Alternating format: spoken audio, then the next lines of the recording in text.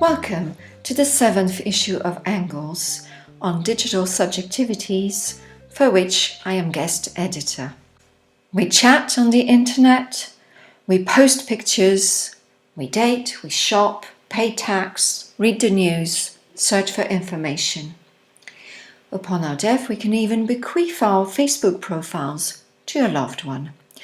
The internet is becoming, as Aguilera writes, a contextual framework for being. So it's a place to be ourselves, a platform for our subjective expression. We are now digital subjects. This issue of Angles will explore the various forms taken by our digital selves. Pure humans, AI, VR, robots, avatars.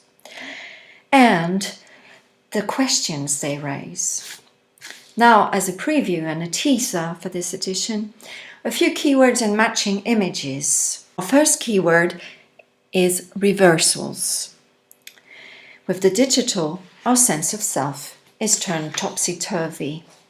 For example, a user of online content can become an author of user-generated content or turn into a pirate streaming illegal content, and vice versa, as shown by James Mees in his analysis of copyright law.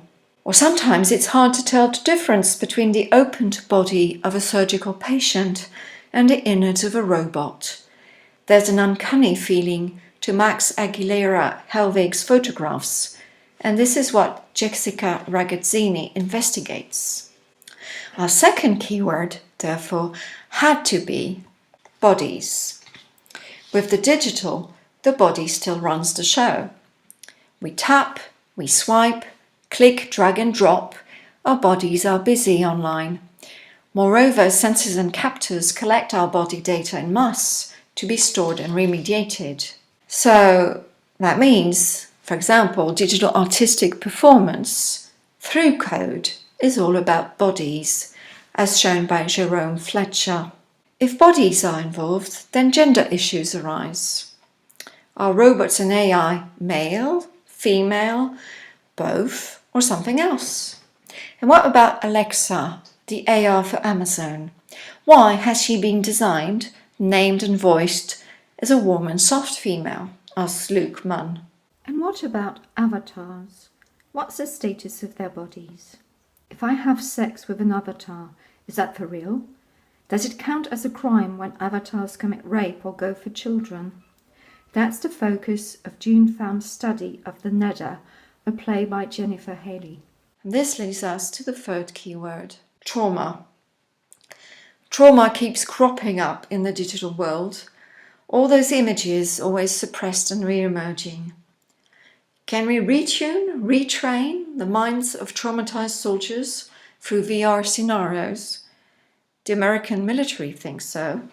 Michael Friedman and Kathrin Friedrich wanted to know more.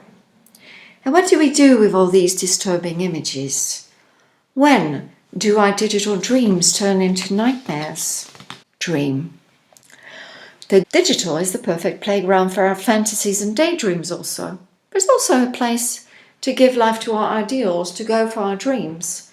What about revisiting education, for instance? Giving more space and voice to the student. With digital tools, Mariusz Marczak suggests we can focus on interaction instead of content. Acting upon our fantasies, what a perspective. But then should we really? And can we really? Our fifth and final keyword is framed. Maybe it all boils down to one tricky question. Are we framed by the digital? Think ethics, online ethics. Think data privacy and data protection. Think legal issues. It's complicated, as the phrase goes. But the really scary part is economics. Alexa can buy stuff without you clicking or even knowing she's buying. That's a slippery slope.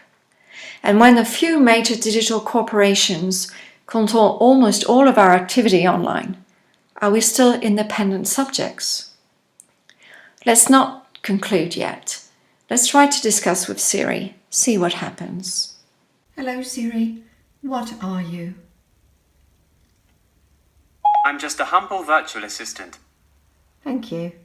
Hello Siri, who are you? I'm Siri, but I don't like talking about myself. Okay. Hello Siri, can you find me stuff about digital subjectivities? Here's what I found on the web for stuff about digital subjectivities. Hello Siri, do you think you are like a human? I really couldn't say. Hello Siri, you sure can do many things, but can you feel and think as well? If you say so.